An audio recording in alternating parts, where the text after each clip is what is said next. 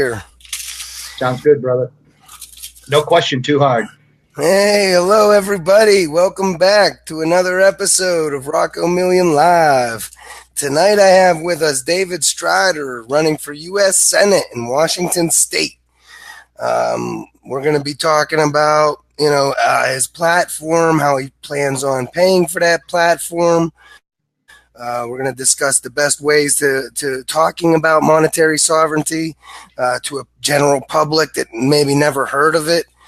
We're going to, we're also going to be talking about some of the news from over the week. We had a big win in New York. There was a bunch of people locked up last night in a protest in D.C. I'm going to talk a little bit about the trade war as well. But for right now,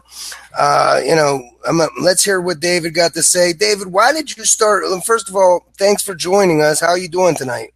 I'm doing great, Rocco. I'm doing really good. And I got to tell you, the people that I told that on my webpage and asking questions, oh, you're going to be with Rocco? Yeah. Awesome. Yeah.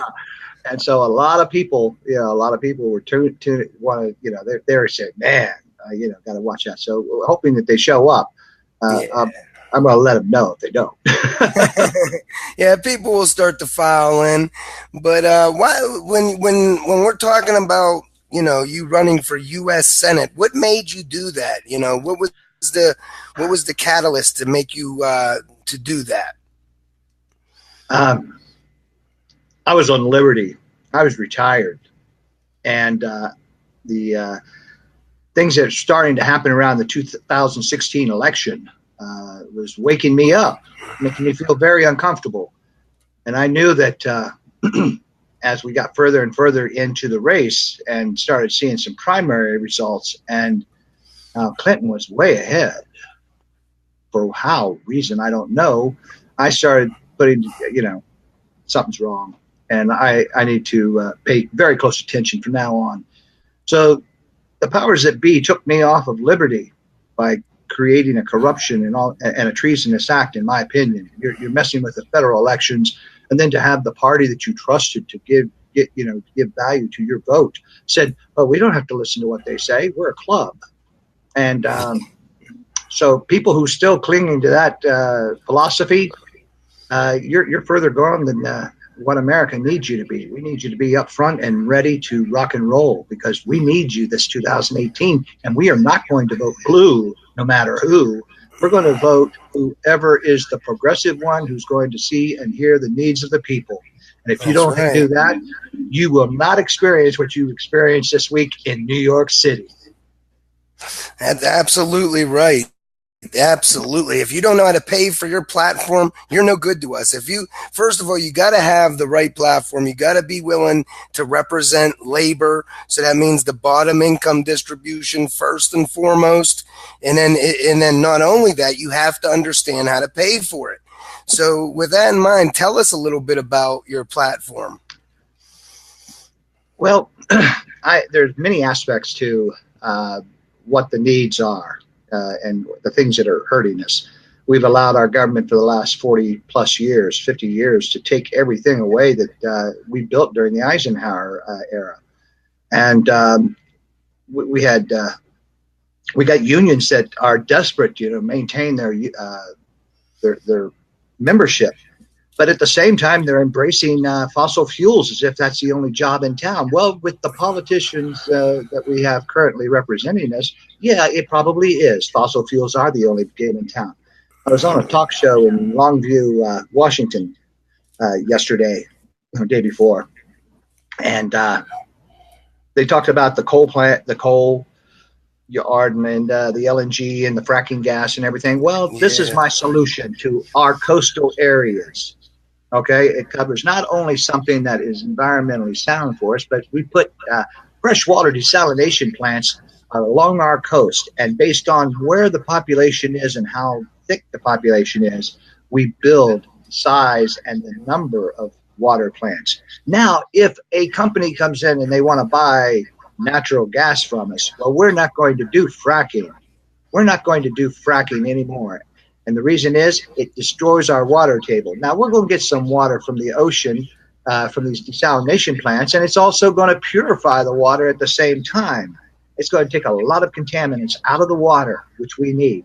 But if there's people that are wanting natural gas, water, H2O, is comprised of hydrogen and oxygen.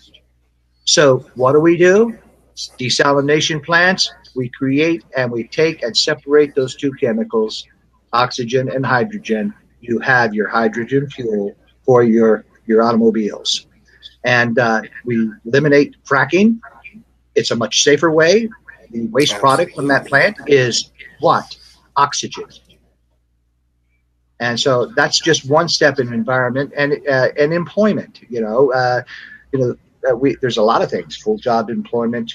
Full job guarantee. It's things like that would increase union membership, because we're talking about what? How many thousands of miles of coastline and waterways? And I say desalination plants, which would actually be in the Great Lakes and along rivers, would be freshwater makers, taking out the impurities that are in the freshwater lakes and rivers.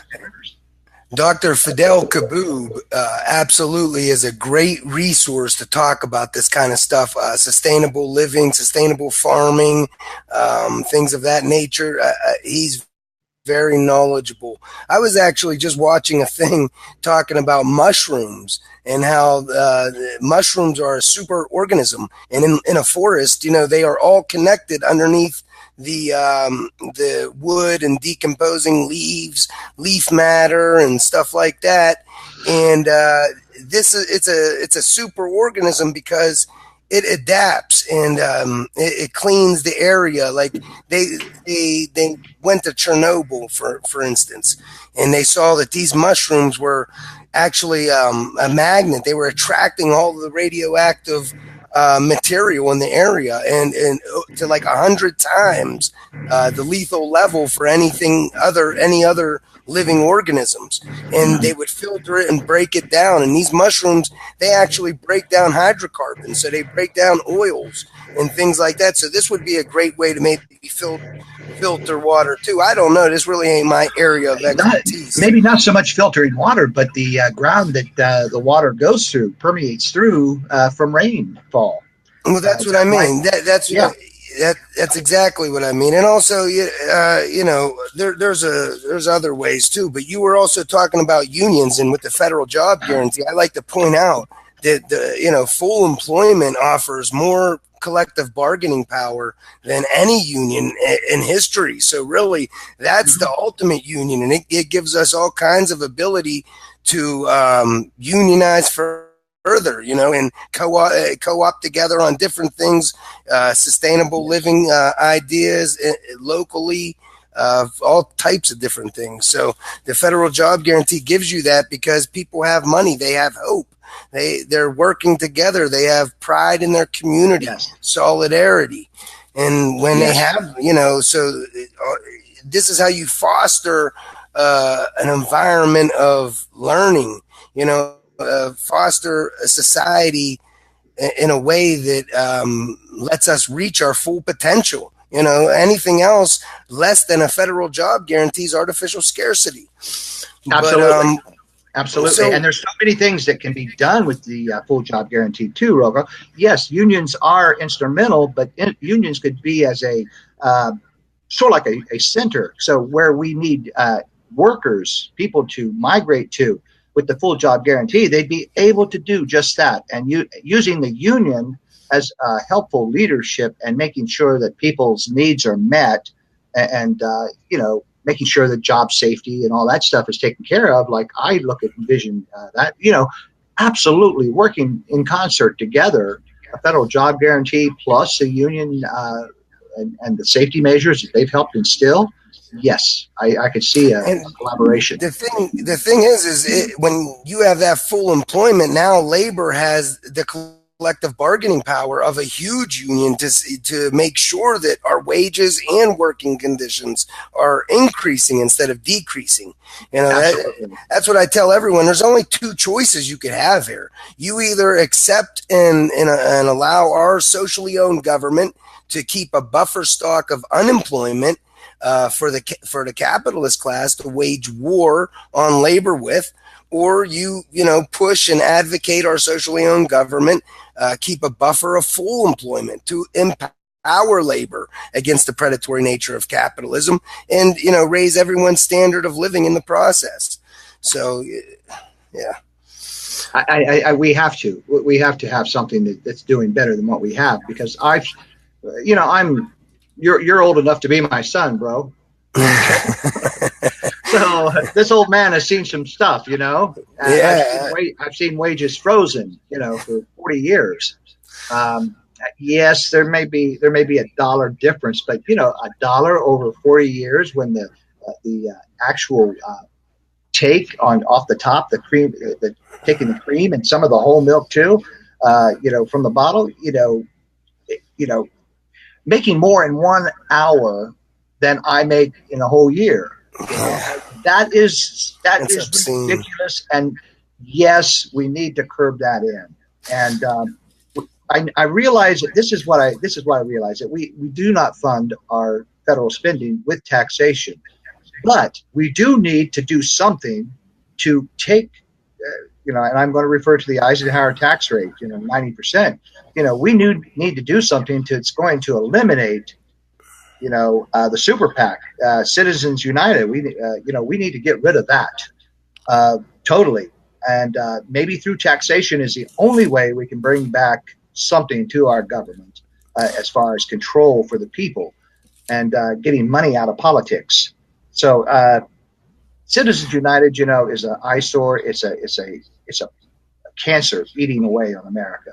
Are you familiar with Article 3, Section 2, the exceptions clause? I don't know if you ever heard Dr. Joe ever talk about that. Yes, but I don't get to listen to Dr. Joe as much as I'd like to. This was in the past, but he said, Article 3, Section 2, it's never been used, but it is in the Constitution, so it's legal, and the Congress could make any law out of the supervision of the Supreme Court. So if Congress wanted to, in essence, they can overturn Citizens United tomorrow, but they want us to believe that their hands are tied. That's the whole thing. I've been working on some arrest warrants. Okay. I got a list that I'm putting together. And if anybody has anybody in mind that they'd like to see arrested for crimes against humanity, send it to my davestrider@ussenate.com. The beautiful thing is, today I was able to set up a meeting with two progressives that are going to be joining my campaign. One who is very much into sustainable resources, and both of them political science majors, and both very concerned about the environment, and they seem to really like my platform. And so we are going to go from there and rock and roll. I trust the young people to be able to guide us. But at the same time, they need help.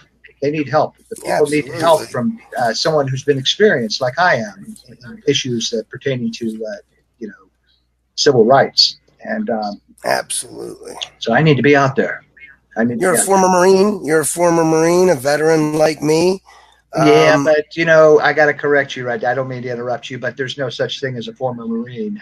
You're a Marine, okay? Yeah, that's true. You want to know what it's like to become one? Then I suggest you enlist. That's what I did. Enlist and check it out. It is the best fraternity I ever joined. Yeah, I understand. I got a lot of benefit out of the military too, but I can't in good conscience recommend military anymore to anybody with the way our government operates. But, no, I can't either. I can't either, brother. If there's going to be any type of military, yes, we need to have something. And I had an idea that Greg Litzenberg, who was helped me get started out here as far as organizing my campaign, a real go-getter, very outspoken person. But he helped me get it going. Yeah, and we came up with the idea of repurposing our military into doing humanitarian things. When you have the ability to send in a regiment of United States Marines reinforced with everything to destroy the way you look for the next 1,000 years. Um, turn that into rescuing the people of Puerto Rico. Had the Marines Italian landing team, just one, but had one landed there, they could have effectively restored power in the outlying areas. They could have made sure that the roads were passable. They could have began water purification for the population. They could have had communications back up and running.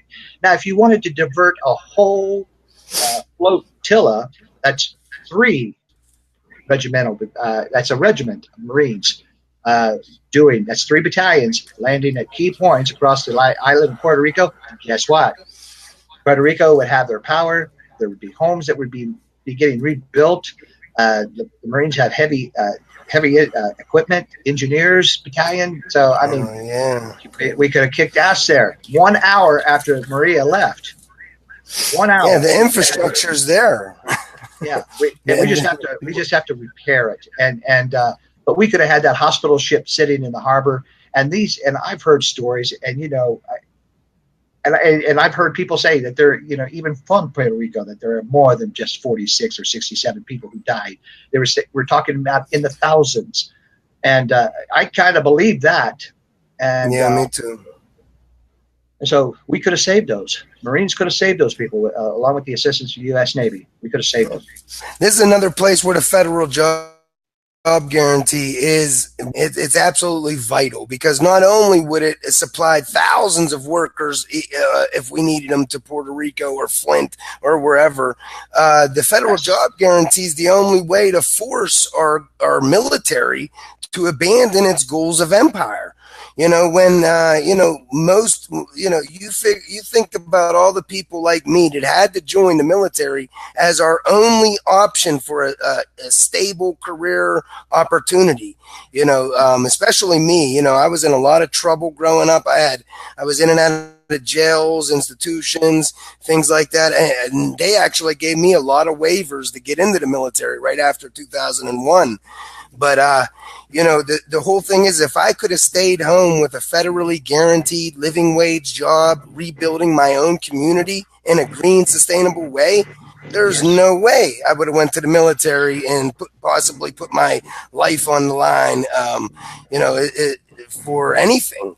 That's just, and then when there's not enough people there to fight these for-profit wars, well, now our military has to, reevaluate. It has to stop its goals of empire. And that would be the only way they could attract enough people that feel patriotic enough that want to join in the first place. Because we do need a military, absolutely. We need police too, but we don't need. We don't need fascists. No, we don't need what we got now. The demilitarization of our police force has got to happen. And when I think about repurposing our military, I mean, when I saw a Marine Amtrak, in Houston after that hurricane, I was just all right. That was good to see. That was good to see an Amtrak there, following the local authorities, in directions and where to go to. And I can't understand why we allow our government to do what we do. And that's because we allow them by voting blue or red, no matter who. And when you vote like that and not on the issues, you have voted against yourself. And did I vote for Trump? No. Did I vote for Clinton? No. Who did I vote for? I voted for the best choice that was offered to us, and that was Dr. Jill Stein. Absolutely. I don't agree with all her policies, but her policies on humanity in general are sufficient for my wanting to see her in the White House than any of the other two. And there was that's I didn't consider it a protest vote either. Every vote should be a protest vote if you think about it. Yeah, that's the whole point. Mm-hmm.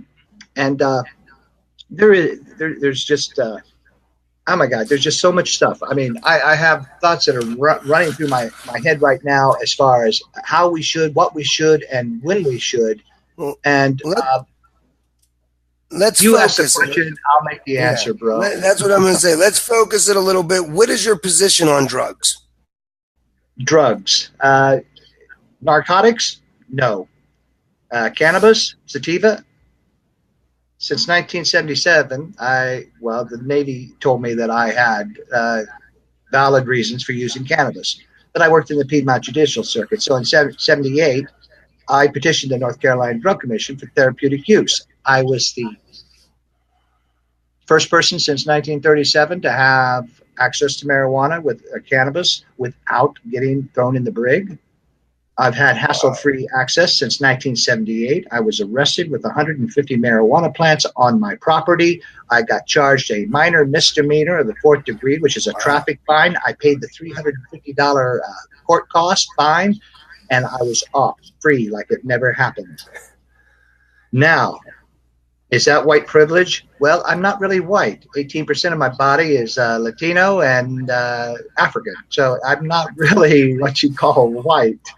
And that's not the criteria, though, for white privilege. No, white privilege is what we get because we look the way we do. Well, yeah, I understand, but I just wanted to clear up that, I have shadows in my background that are beautiful to me. Absolutely. And but let me touch. I'm sorry. Go ahead. No, I want you to continue the train of thought. Well, let me touch on that where you said you're for marijuana and full legalization. Obviously, I'm assuming. Are you repeal of the federal law? Are you for decriminalizing, or are you for legal total repeal? Marijuana. Total repeal. No quarter shown. Total repeal.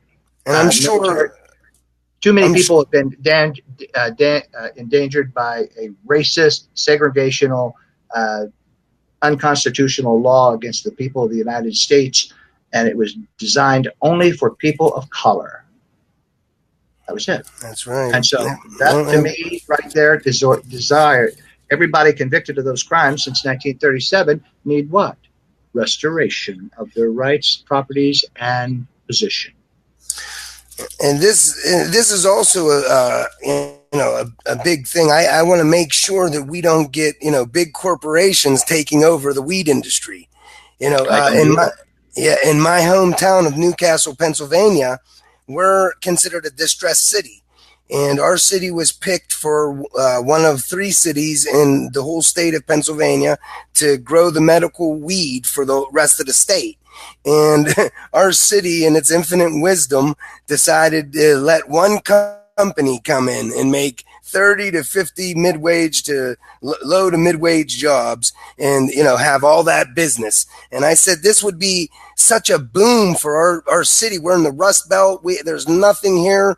This would, if we had a massive public grow, Newcastle itself can directly grow a public grow and supply all the weed for the medical program for the state and generate millions in revenues for public works jobs and all kinds of things. We'd be able to hire people, fully staff our schools. We'd be able to rebuild our crumbling infrastructure. We have 2 rivers in this little city, and they're both polluted to high heaven. The banks of the rivers are just littered with all kinds of trash and garbage.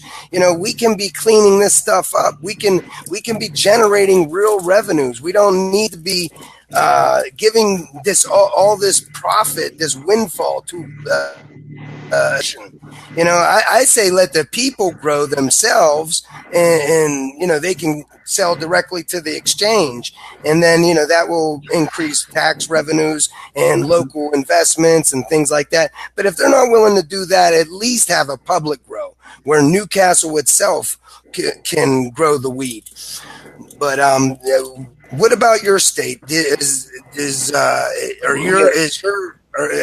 does that work? Are individuals allowed to grow and sell to the exchange? There is no clause for individuals growing, but individuals do grow. That's the bottom line. It's are they selling to dispensaries or anything like that? No, because dispensaries have to account for each and every gram of cannabis that comes through their stores and where they got it from, and so you have ID numbers that are attached to it. So I see no problem with that type of control, because we have it also in our liquor as well. So I think that it is a viable thing.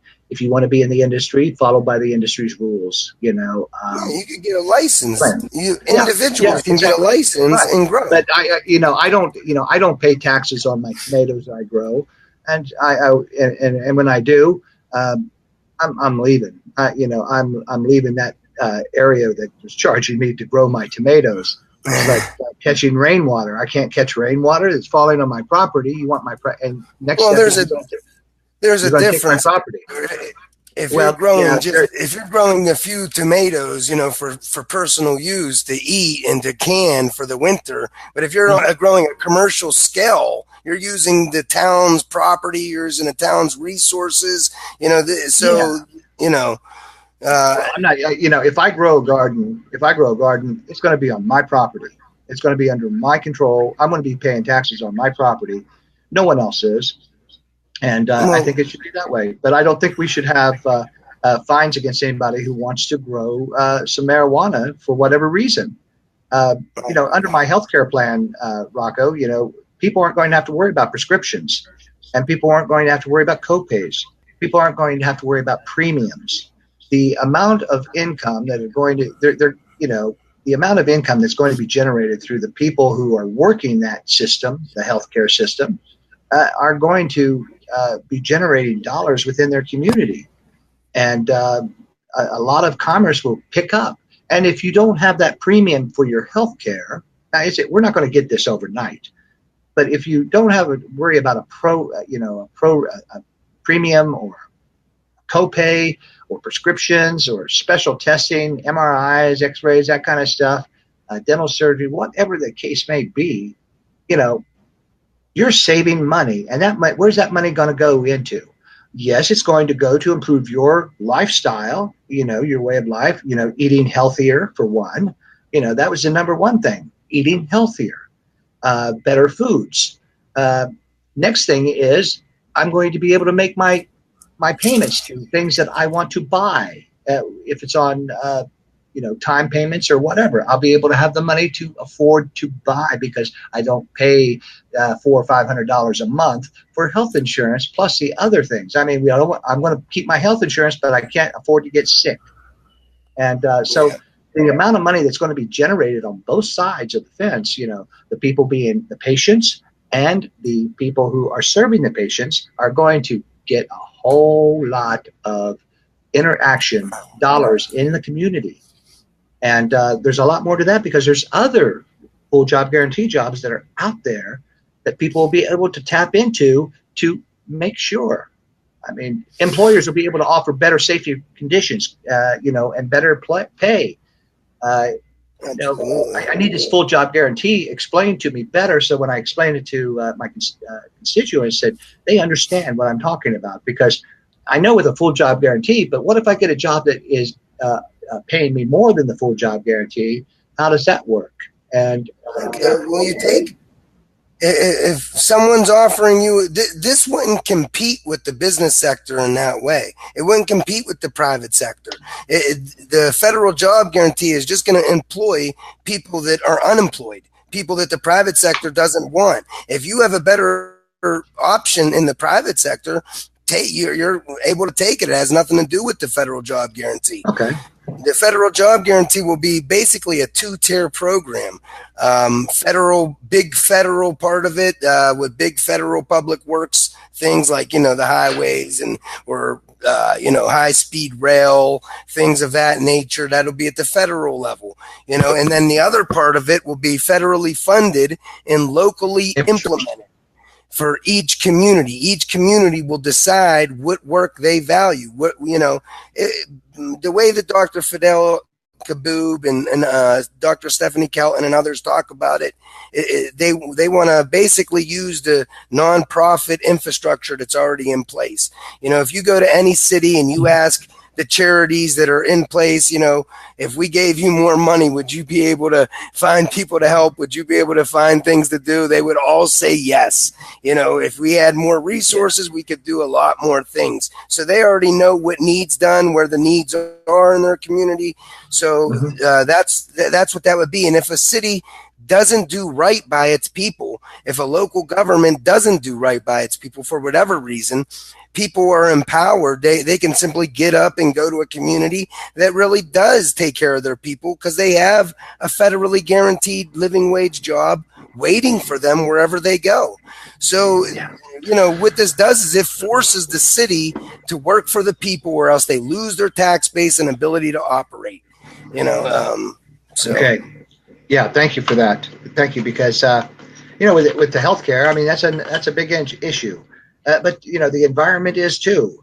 And I believe this interview that I was in yesterday, bro, was they were talking about the deep water port and all this stuff, and they're concerned that not having the coal trains coming in, that they're going to lose jobs.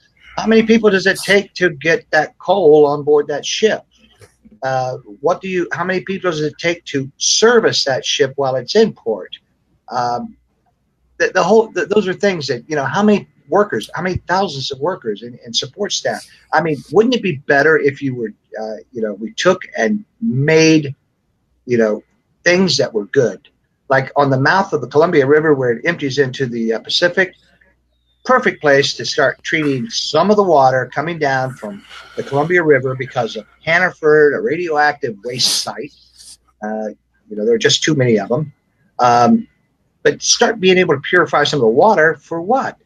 The salmon. Let's think about the ecology, the environment. The animals. We can't be letting species that we depend on for our own nourishment to evaporate, because when they're gone, how long until we are? Yep, that's absolutely right. So getting back though, you're basically talking about a single payer plan, right? Yes, sir. Single Nationalized payer. healthcare. Yes, but with nothing out there. I mean, it's as easy as your social security card. We're already in the system, so there's not a big gear up for that. People No, born after 1980 already have their social security card, and so it's not a big thing. And then yeah, with the mother, so I mean, we're already there. We're we already already there. cover everybody through the ERs, but it's just Yeah. inefficient and inhumane, and it costs 10 times more. And they are a triage unit. They are not, full fledged. I got a cold Exactly. or a sore throat. They're a triage unit, and But consequently, you're going to be treated like that. But people have to use that as their primary care. They have to use the ER as their primary care. It's insanity. Yes, and with this medical plan that I've got, where everyone's insured. Now, I also want to say something else. A lot of people don't realize this, but I almost, I was an injured worker. I mean, safety violation caused me to be an injured worker. And so I know that how much you make from disability. I mean, the insurance companies that are servicing these companies, they're making profits off of that. People are forced back to work. They're re-injured. Sometimes they're not even given the benefit of the doubt. They're on the thing, and then after that, they're on social services, welfare, and that is not good. I mean, they gave their loyalty to an employer, and the employer in turn decided, "F you." And that is That's not the right. way we got to go. I mean, we've got too many people out there that contributed, and then they're treated like dirt when they get hurt. And workers' compensation, if you had a claim, let's say you're back in the workforce, you left the other one because, I just can't do it, so I'm changing jobs, things, they see that workers' comp claim, and boom, you're out of the running. And Exactly. so, I mean, it's a bad thing. It's a bad thing. It's prejudicial, and that's why the single payer, no premium, no copays, no nothing, would benefit also the injured worker. And for employers, their job Absolutely. through the unions that we talked about earlier would be making sure that it was a safe work environment, and therefore the employer can offer better wages to the people working for them, and also start diversing themselves from what other industries, getting other technologies, expand their company slowly but surely, but they have a dedicated workforce that they know can work for them. And And that when you're And when you're talking about the federal job guarantee, it's a democratic means of production that it could encompass all of these things. We're talking Mhm. about single Yeah. payer health care, green sustainable energy, kindergarten through college, nationalized education. You know, that's just a tip of the iceberg with the federal job guarantee. So that's the beauty. We could increase just about any production that we need for the general welfare. Our history proves, our industrial history proves that we can go from making sewing machines to machine guns and overnight. Uh, Absolutely. so, I mean, there is nothing that the American culture cannot do. We are a combination of so many groups of people. I mean, we are a beautiful melting pot. And if our leaders in representatives in Washington, D.C., and in our state capitals would recognize the diversity brings all kinds of things to the table. I mean, suddenly we have the world in in our country, within our walls. We have the world from everybody coming here, and the ingenuity that happens from that. There's nothing that we can't do, Rocco, if we want to put our minds to it. And We having, went from a great. Go ahead. uh, Go you ahead. know, there's just so many things that have happened that we have let slide, and that is our Americanism. Yeah, I don't believe in manifest destiny, even though it occurred. But I'm a very much thing on humanity. I've put that on job applications and haven't got a call back. But I felt righteous in doing so because I let people know that you don't have to give me this thing about equal rights, saying you don't have to give me this thing about racism and all this stuff. I believe in humanity, and all of us have little quirks that are different than us. Yes, we may look different, we may talk different, but we are the same because I can take my heart out, should I pass, for not heart attack reasons, and give it to somebody who needs it. And what's going to happen is the life is going to be saved. It doesn't matter who that person is across the country, or the world. That body part of mine is going to save somebody, and that is, we are humans. We are not this. We are not animals. We are not subhumans. We are humans, and we can make that trade. It's like buying a Chevy and being able to put a Plymouth part on it. We can Well, do how it do all. you do that? How do we make the society? How do we unite? Basically, but before we get there, when you're talking about these ideas, you're talking about your platform. What is the kind of pushback you get, from average people? Well, they start wondering about how I'm going to pay for it, and I say, hold on a second. I just stop right there. The taxes that we pay every April 15th? Yeah. Well, guess what?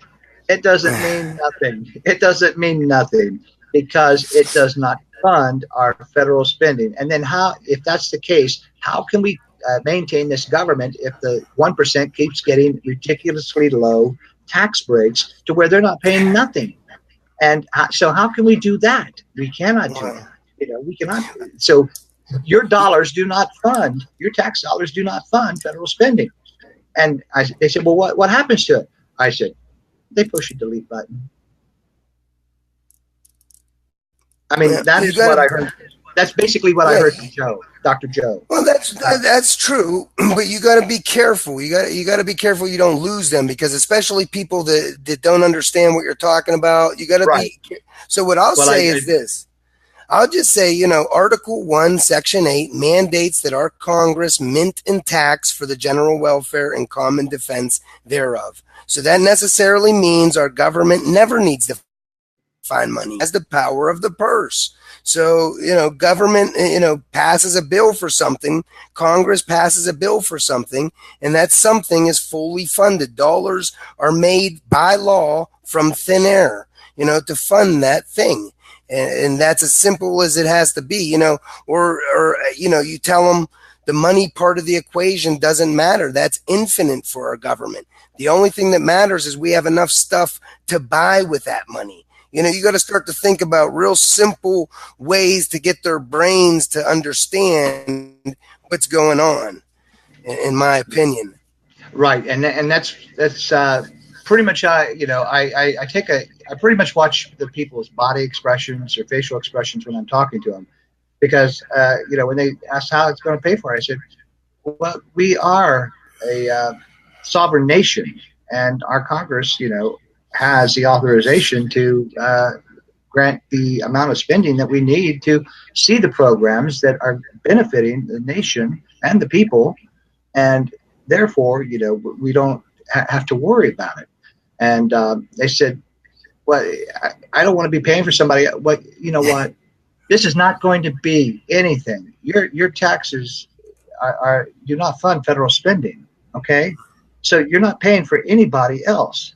The federal government is picking it up because it benefits all people, all citizens, and everything that is done for the public works, for anything that enhances you and I as citizens of this nation, does not add to our national debt. It doesn't? No, it doesn't, because it's for that all that money. I say that people are going to have jobs. We need an infrastructure. We need this. We need that. And so how are we going to we don't have to worry about that when the federal government has the ability to take care of our needs. Well, you got to remember, the public debt is not nothing to be afraid of. You got to be able to tell Right. them, the national debt is just all the dollars in existence. That's it. If it was zero, that's the only way that it could burden us. Yeah.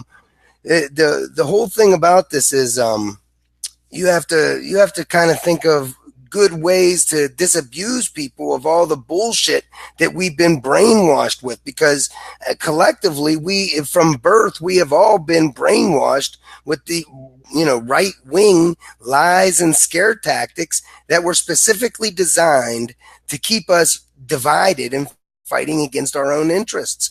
And so that's why I see MMT as the great uniter. The MMT is the revolutionary vehicle that we've all been waiting for, because it destroys the lies and scare tactics with simple logic and common sense. And because of that, it unites all sides in solidarity for the public purpose. And I don't know if you're dealing with mostly Republicans or Democrats, but in my experience, when even Republicans, when they understand that their taxes don't pay for other people's mistakes, then they're more likely to, they're less likely to be opposed to public purpose spending. Has that been your experience as well? Yes, sir, it has. Yes, sir, it has. And MMT is a three-letter acronym. Okay, but I don't use MMT. I don't use that acronym at all. I just try to use and tie everything, the principles of MMT, into what I'm saying. I mean, people understand Secret Service, FBI, ultra secret service, corruption, CIA, they know that. But when you want to talk about money, you need to talk MMT. Yeah, Okay. that's right. That is Okay. right. Absolutely. But all right, well, how do you so that's how we get them united, right? And you're going out there and you're talking when they ask you, okay, so my taxes don't fund federal spending. What do they do? What's the purpose? Are you able to go in depth and tell them the purpose of taxes and rattle it off, or do you need to brush up, or what do you got? What's your spiel? Sell me. I'm a guy. Pretend I don't believe this. Well, when they start talking about taxation, okay, I said, I let people know. I said, this is how I perceive taxes. And I said, I think it's a good thing. It's a barometer on how well the economy's doing and what segment of the economy of the population is hurting or being able to contribute. Where do we need to work harder to improve? We know that if the 1% people are paying a very low amount, we're not really going to get a good fix as to where all the tax dollars are coming back to the government. To show us where the monies are being spent, where the money is needed. Are we fulfilling our needs as a government to the people? Are we doing that? Are we making sure that they're taken care of? And so I look at it as a barometer, Rocco, to let us know. It's like a spreadsheet, only it's a lot easier because it tells us right away through incomes based on, it's a quick spreadsheet when you think about it, where the money comes from. And it tells us where we need to work. And that's one of the avenues that I approach, as using it to where we need the most help to help the people. Think about it like this. Try to, next time your question on it, try to tell them, look, the first and foremost purpose of taxation is to drive the demand for the currency.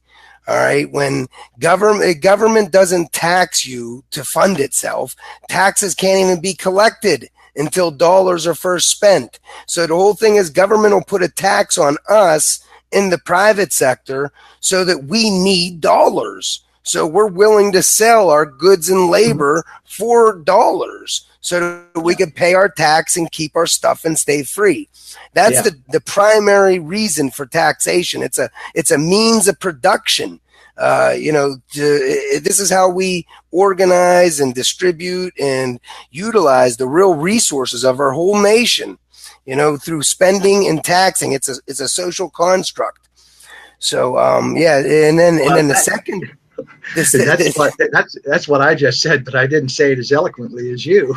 Yeah. The second purpose, though, is to clear dollars. It's to control inflation.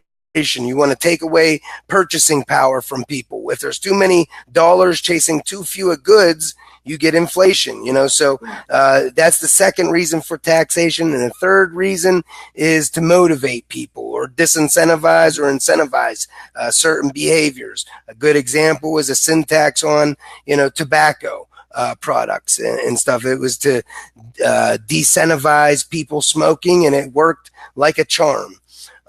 You were talking about Eisenhower's tax plan, taxing people with the 90% tax rate encourages them to reinvest their profits into, their productive capacity or into the society so that they can maybe get down into a lower tax bracket.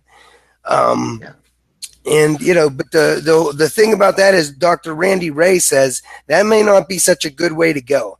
That taxing the corporations at that rate may end up just costing the consumer more. He talks about a consumption tax being a much more efficient and effective way to tax the wealth of people, consumption tax and income tax, things like that instead of corporate tax. But I don't know, I'm on the fence with this. I don't really know. Well, there's more information that I need to know, but I just know that we can't keep lowering the taxes on the corporations. I mean, there needs to be a fair and just tax. Okay. And when it comes to the millionaires, the reason I refer back to the Eisenhower 90% is one, Citizens United only. And, we talked about, how Congress could get rid of it, if they wanted to. And if Congress stood together, they could even override vetoes from the president if it was actually something that was good and it was something that the people needed. And that would be the end of politicians and money as far as, my campaign, I got myself, I got a PAC now. It's called peoplepac.us. And we set it up pretty much, somebody goes there. It's just a web page. It's got peoplepac.us, and it's got a click. It goes right to my campaign page. And so right there, I can immediately filter out super PAC money if it were to come, because People PAC is just for the people, and it's our own PAC, and .us, United States. So, People PAC for US. And Larry Alger, my national media director, and we talked that over and thought, that'd be a good satirical thing to do, against, all this money in politics, Citizens United. And one way to attack it with satire, because, the donation link goes right to my page. And, if you go over, I can't accept it. If you go over the amount allowed, I have to reject it. If you can't identify who you are, I have to reject it. So, we do have some controls at ours, but it was more or less a satire on the situation of money in politics. Sounds good. That sounds good. But going back a little bit, Sure, I want to make sure we cover this because the most important thing when you're talking about taxes, we have to make sure we separate the tax fight from the spending fight. We don't absolutely. need, yeah, that's the one thing that bogs us down more than anything. When we think that when we add in the tax fight, then, people will accept, pointless austerity until government gets more revenue. And government never needs revenue. Federal spending funds taxpayers who then pay tax or buy bonds. It's never vice versa Hmm. at the federal level. And so that's the main thing. I just wanted to make sure for anybody watching that they understand that, we have to tax the rich for moral reasons, never for financial reasons. Tax the rich Exactly. because they got too damn much money. You know, that it has nothing to do with revenues. We don't need revenues at the federal level. Um, so You yeah, know, you were talking. Rocco. Yeah, Yeah, and I just want to say one thing. go That's ahead. why I am so happy that we having this podcast going on, because that's exactly what I wanted, was the definitions and the explanation that you just gave. So I just want to say that. No, that's awesome, brother. So, yeah, you were now. I want to also, talk a little bit more about the federal job guarantee and our trade deficit, especially with, Trump and this trade war, this completely unnecessary thing that he's doing right now. You know, starting, saying that everybody's taking advantage of us because somehow cheap imports are a bad thing in his mind. So I want to make sure everyone understands this. We do Okay. not, our trade deficit can be a great thing for our society. We don't need those starvation wage jobs making widgets in a factory. We don't need them. Let them go overshore. It frees up our work to then focus on society, raising everybody's standard of living with a federally guaranteed living wage job program. Because when you have a trade deficit, this is the thing. We get the finite real resources of the whole world for our infinite dollars. All right, so that could be a great thing, but we have to make sure that government responds properly. Because when we're buying the goods of China with our dollars, then those dollars leave the economy. That's called foreign leakage. Hmm. And it's a demand leakage. Dollars are leaving. They have to be resupplied by our government as well as other demand leakages. They all have to be offset in the deficit. And so the federal job guarantee, it automatically sets the budget to full employment. And it automatically will offset all the demand leakages that we may have. And so, you understand that about that aspect of the job guarantee and that aspect of sectoral balances and the trade deficit. Yes, I know that we need to have trade, and people talk about fair trade. That's how they talk about it. Uh, you know, fair trade. Where and they're saying all these tariffs. They're going to kill us. And yeah, it's going to drive prices up. And I've seen where GM is talking about cutting down because the price of the automobiles are going to raise thousands, and that's making America great again.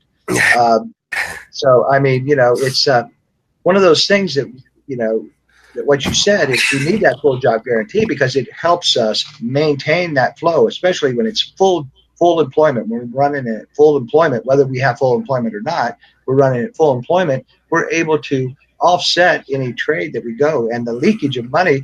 It's good that we do the trade, but it's good to have a balanced trade as well on the things that we want. I mean, things made in America used to mean something, and when I go to Thailand, any place, people are saying, "Oh, bring me something from the U.S." Well, what do you got? Well, we had Harley Davidson, but they've gone to Thailand, and so I mean, we're running out of things that are made in America, and so You got we it. need we need to bring back some of that craftsmanship that we had. That was lost, the big lot stores and things like that. We need to bring that craftsmanship back, I and think not worry about how much we can get it cheaper at offshore.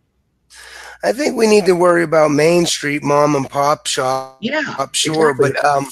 That's but where the we craftsmanship got came to from. you got to make sure you're not adding into the neoliberal narratives when you're talking about, Harley Davidson offshoring jobs or GM or whatever. Yeah. People think that's a bad thing. That they don't understand that, you never, if there's unemployment present in an economy, it's Hmm. always because the government wants it present. It's no one's fault. The capitalists didn't make that unemployment. Nobody made the unemployment but government. And government taxation creates unemployment, and only federal spending satisfies that condition with paid employment. So really, every job right now that pays in dollars is dependent on the federal government spending dollars into existence.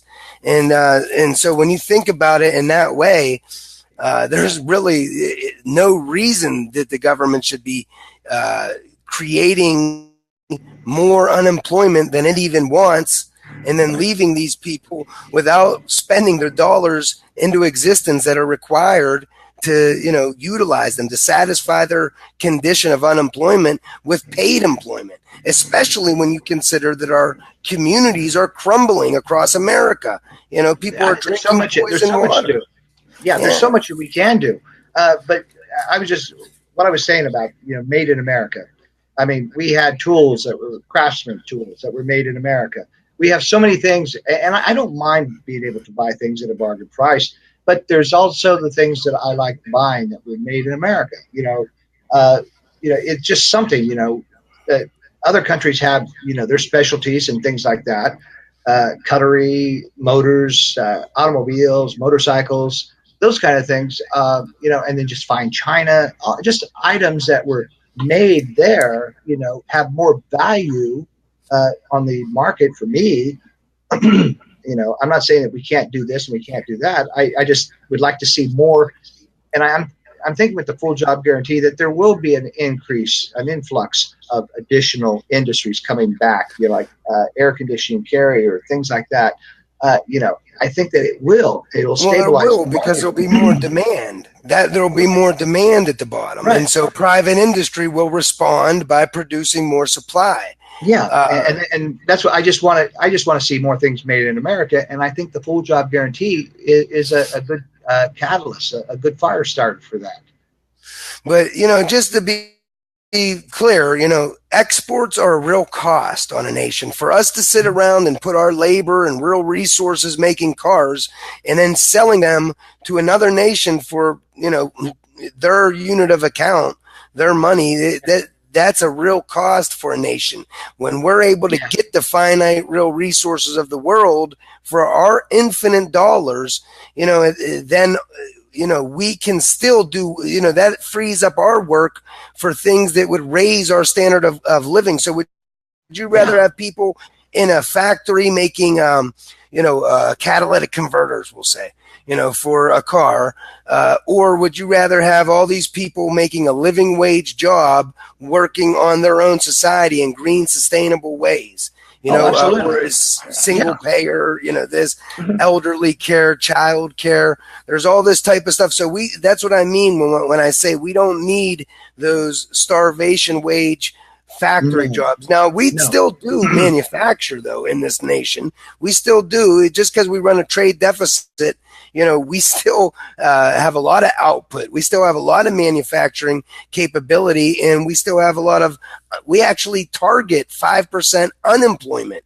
So, we're under capacity. Industrial capacity is only at like 76%. So, in every way you think about it, that's artificial scarcity. That's killing people, just yeah, like guns or drugs. yeah. Well, you've got if you got an industry and it's a cottage industry, and it's a Main Street industry, people are going to buy it just for the craftsmanship. And the people that are working there may not be a large group of people, and they're going to make a good living. They're going to feel comfortable because they're doing something. And we're going to find cheap products all over the world. It's whether or not if they flood our market, I don't want that kind of stuff happening, but. Um, we've got Um, oh, I lost my train of thought, bro. That's okay. That's okay. Don't even worry. It happens to the I best mean, of us. This but there's just so many things that are happening, as far as what the people need and what the people got, and I think that we can do that so many different ways, in our spending, and I think that we could be having what we could be having more technology occurring. That's a great job to have. But right now we're pretty much a service orientated society.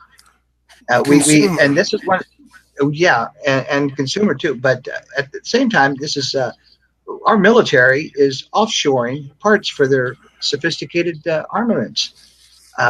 That's stupid. I think we have to make sure we keep the real important parts of our productive capacity, like steel production and Yes. things like that. The things that are Mm-hmm. very important. You have to make sure you don't lose the Infrastructure capacity. stuff. Yeah, it's good Infrastructure to stuff. it's good to get cheap imports, but even if you were able to get all of our stuff from the rest of the world, it may sound good, but if we then forget how to produce stuff domestically, then if a problem ever happens, we'd be up shit creek. Now, I remember in the military, that's the exact reason they don't give you GPS handheld devices. They make you learn the old way, with a pen and paper, and you have to navigate from the stars and, different things like that. They want to make sure that you understand the real way to do it, even though there's an easier technology available, because that technology can break, and then you wouldn't know how to do anything. Yeah, I've heard horror stories about people trusting their GPS, and 1973 when I got my they showed us how to do map reading and all that stuff in the daylight, but then to take the test, it was pitch black. We had a little flashlight. We couldn't walk around with the flashlight. We had a little flashlight, with the red lens on it to find out where we were at and what we had to do. So we did that at nighttime. So yeah, the technology we need, and we could have good jobs, infrastructural jobs, and that's one way that we could bring back the economy, as far as bringing that back into infrastructure and the healthcare and education. I mean, my student loan debt was dismissed when I became totally disabled, Rocco. I mean, my disability allowed me to have my student loan dismissed, and I had the GI Bill too. So I think that that's one of the first steps that we need to do with our education process, and that is to eliminate the student loan debt.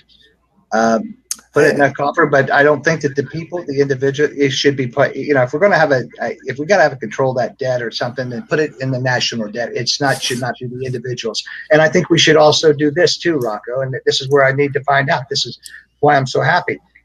Those people who lost their homes during the crash, Wall Street got bailed out. Main Street, soldiers coming home from active duty, getting shot at by somebody they did not know who.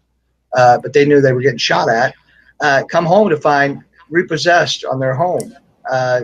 What happened? What happened there? And so those are the things that I want to see restored.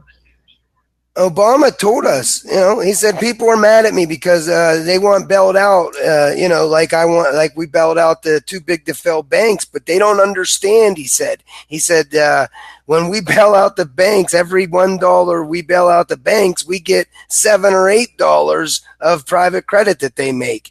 So this is the neoliberal way. They want to privatize the public space.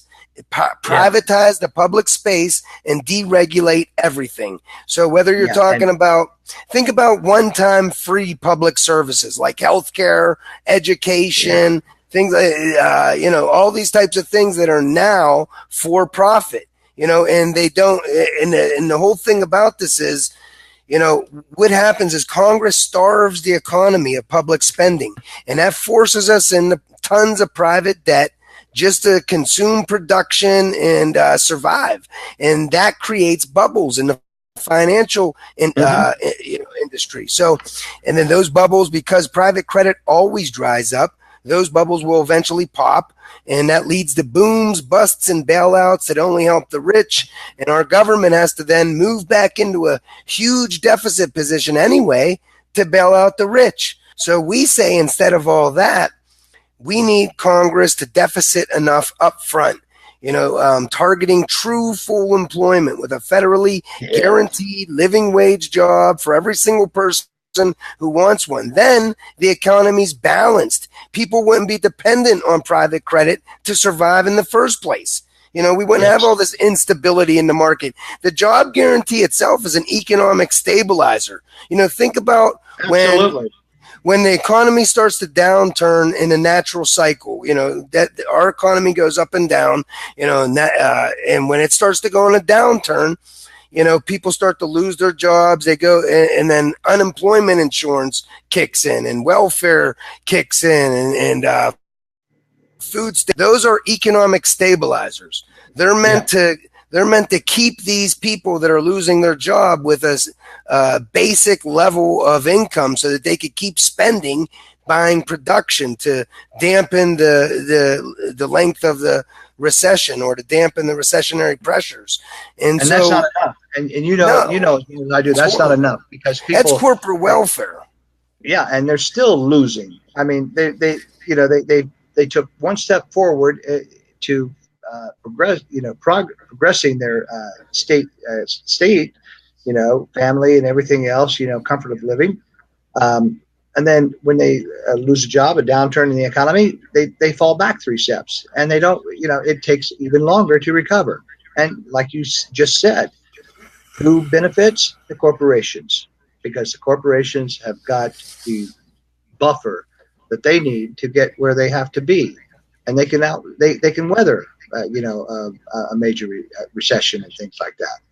And we can't. We got to do something for the people itself. I mean, if we're bailing out corporate, that's why people are losing, and can't get traction. Rocco, is well, what about what are we going to do about unemployment? What are we going to do about homelessness? Well, I know probably 10,000 BCDs that were handed out because of marijuana, and those people aren't going to be able to get a job. Hardly. They're not going to be able to get insurance or buy a home. And so, there's a lot of other things out there that judicial reform has to be accomplished. The education thing, economic, finances have to be accomplished. And we have to be bold. We can't be holding back. We got to be bold. I mean, in 2019, we need to put down a spending plan, an emergency spending plan for the people, and do what? Make sure that they have a full job guarantee. And I'm talking about emergency spending, Rocco, a bill that's going to start the full job guarantee. It's going to start the single payer health care. It's going to start the infrastructure, because it is an emergency. We start protecting the environment. It's an emergency. We have to do it. A matter of national security. A matter of national security. And anyone with any type of military cred, if they paid attention while they were in, they understand exactly what we're talking about here. And it has to be done now. It's going. We can't wait for an appropriations bill. We've got to do it as soon as we step on the floor. I'm glad you said that, because I wholeheartedly believe that we have to be bold, and we have to separate, especially candidates like yourself.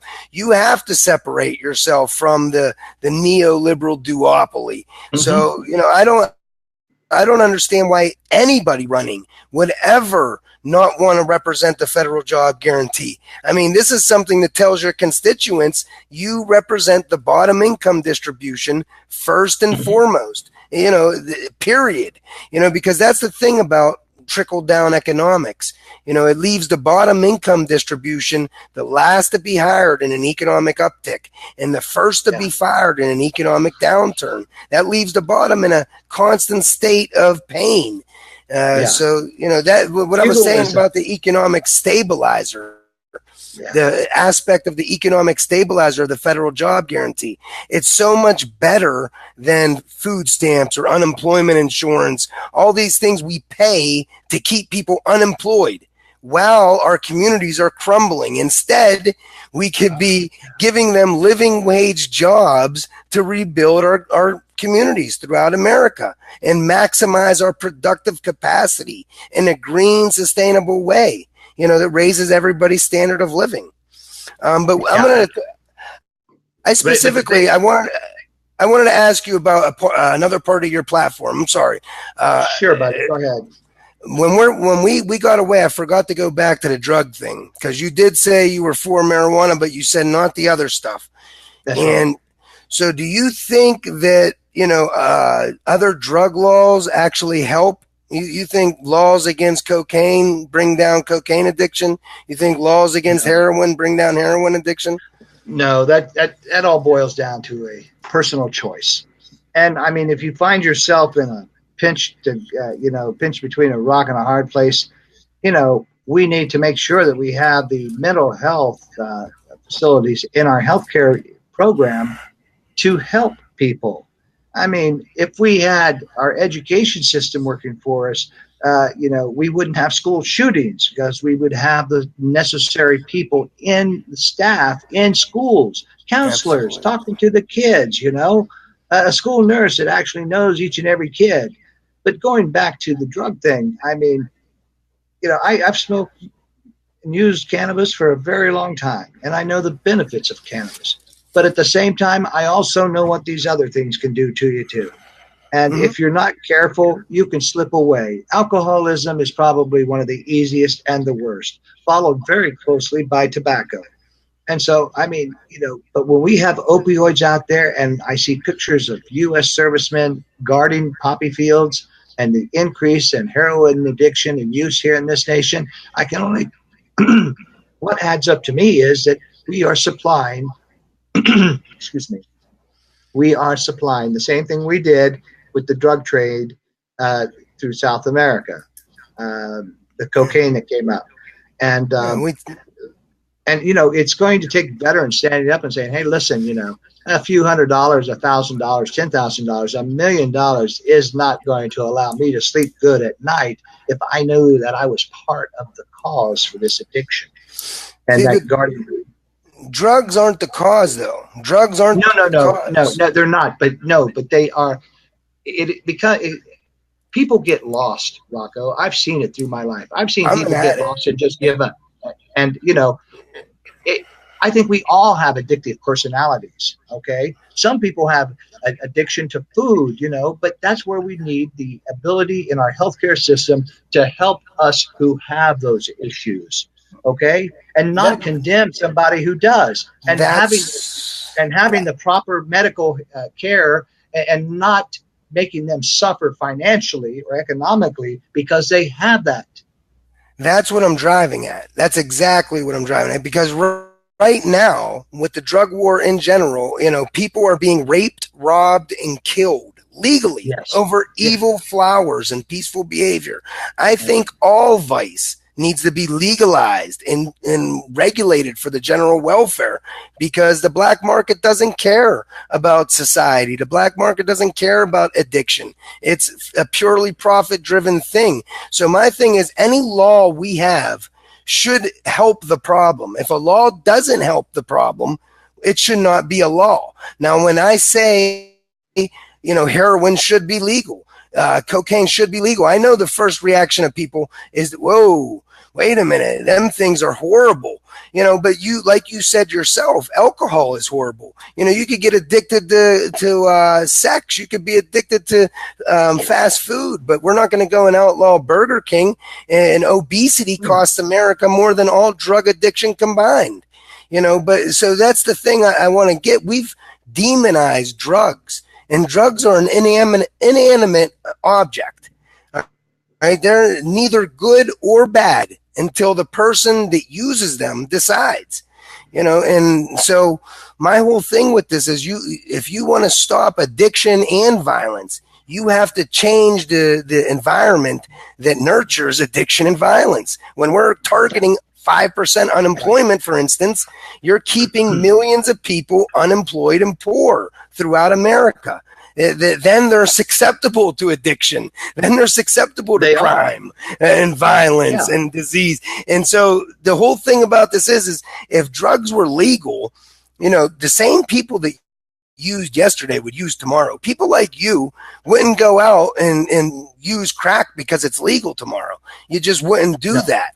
The same people would be using, but they wouldn't be leaving dirty needles in your yard. They wouldn't be stealing from your community. The government can have a much bigger measure of control in the vice markets. You would think so. Addiction, if it's legal. Just look at alcohol. Before it was, when prohibition came, this took the mob from street gangs to organized crime. Okay, and profit became the main driver, and people start making booze in their bathtubs, and people were going blind because there was no regulation, there was no oversight. So pushing activities into the black market, into the shadows, is always counterproductive, in my opinion. But here's my advice to anyone listening, and that is if you're at a party and somebody hands you a jug, and they say, "Yeah, man, I got some good shine here," and it's in a zero. What do they call it? Those antifreeze bottles. Oh God! Engine coolant. If it's in one of those bottles, if it's in a yellow bottle and you can't see how clear it is, you don't want to drink it. Come on, let's use a little bit of self-control there.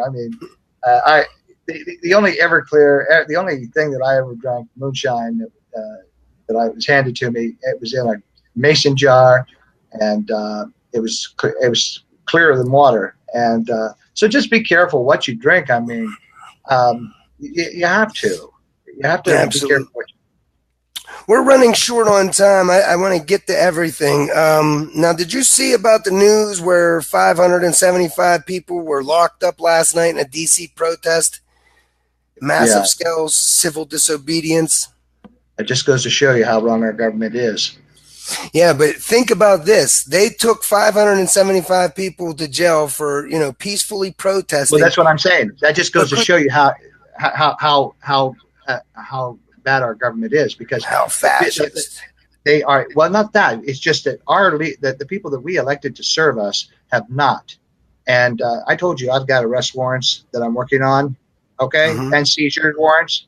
Okay. And if you've got somebody in mind, please send it to Dave Strider for U.S. Senate at gmail.com, and I'll check to see if it's on my list.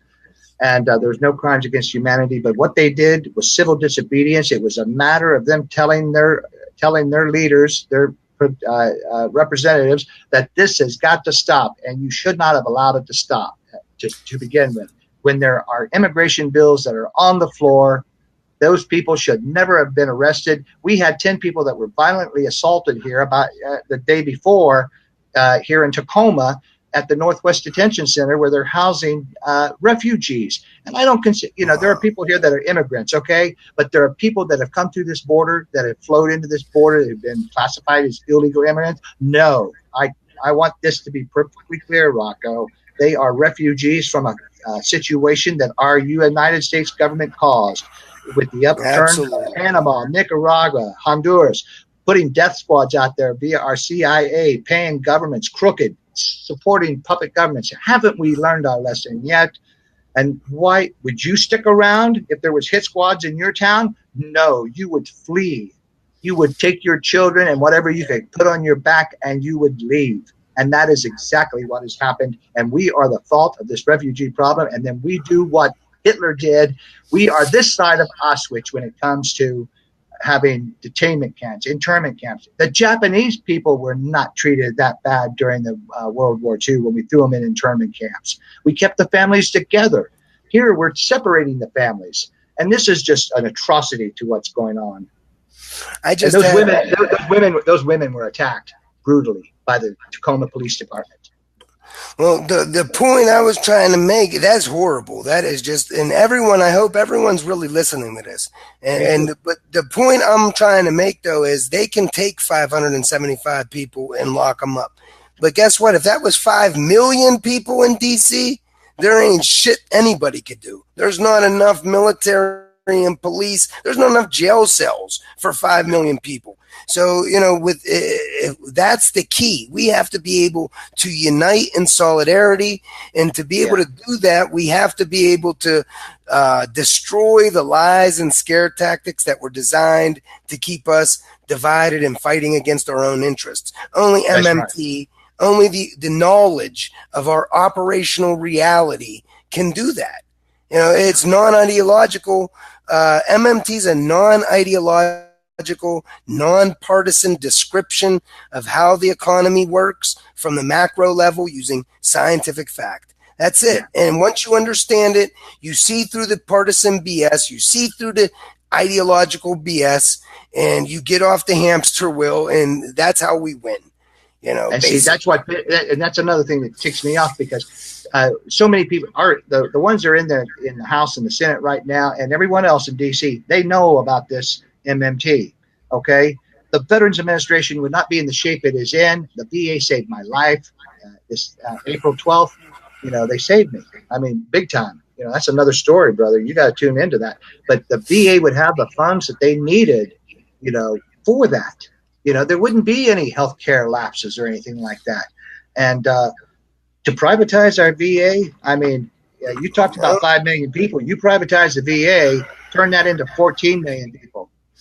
Yeah, I mean, and that's the thing, though. It goes right back again. This is the neoliberal way since the 70s to privatize the public space, to deregulate everything. Then they starve us of public spending, us into tons of private debt just to consume production and survive. That's the whole thing. Yeah, and I've got a video posted on my site, and it talks just about what we were talking about tonight, and it takes us into a history of how the corporations, the oligarchs, the duopoly of this nation has tried to make it so we were pretty much turned into a corporate slave, a feudal system, with corporations in the rule. I mean, very graphic. It's only 6 minutes long, but it's on my David Strider and my Dave Strider for Senate page on Facebook. But it is it follows it tells what's going on. And I can see the principles of MMT where it was successful and then cut back through legislation because people wanted more money for themselves in their pocket. Greed,